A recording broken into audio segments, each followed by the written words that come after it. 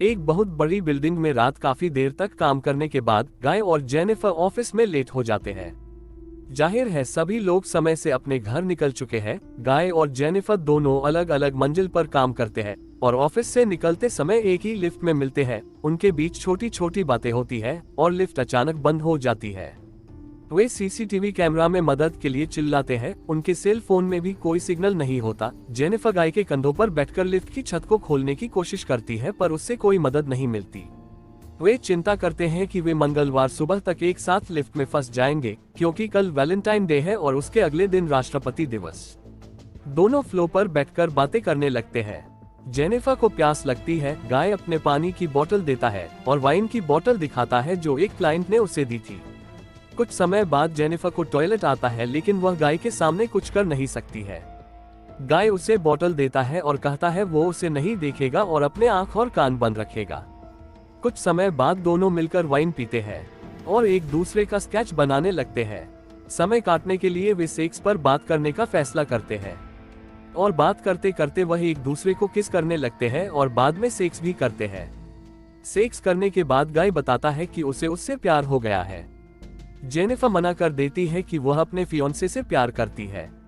गाय उससे निराश होता है और बताता है उसका नाम गाय नहीं है और वह ऑफिस में काम नहीं करता है। वह बिल्डिंग के सुरक्षा गार्डों में से एक के रूप में काम करता है और वह उसको हमेशा सीसीटीवी कैमरा से देखता था और जब वह उसकी तरफ नहीं देख रही थी तो उसने अपनी चाबी से लिफ्ट को रोक दिया था और वह लिफ्ट को चाबी से फिर से शुरू करता है।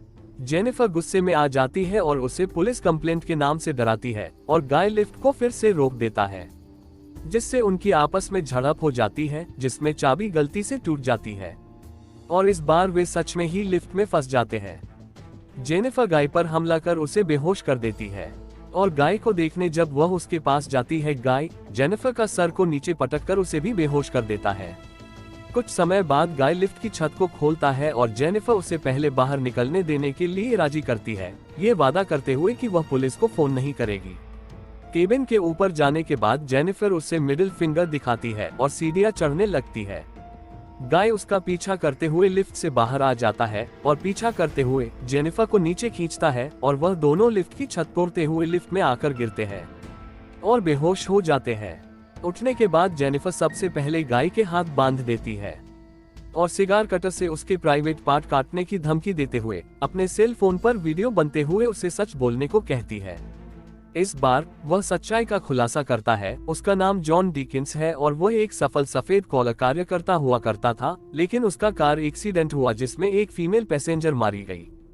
6 महीने जेल में रहने के बाद उसे एक अच्छी नौकरी नहीं मिल रही थी और उसने अपने पूर्व जीवन का स्वाद पाने के लिए लिफ्ट की घटना की साजिश रची।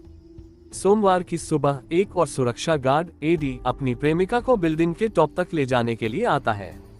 वह लिफ्ट के अटके हुए होने पर ध्यान देता है और उन्हें बचाने के लिए काम करता है और जेनिफर को अपनी चाबी देता है लिफ्ट को चालू करने के लिए, लेकिन जॉन जिसने अपने हाथों को खोल दिया है वह जेनिफर को बेहोश कर देता है और लिफ्ट चालू करके एडी के 2 टुकड़े कर देता है।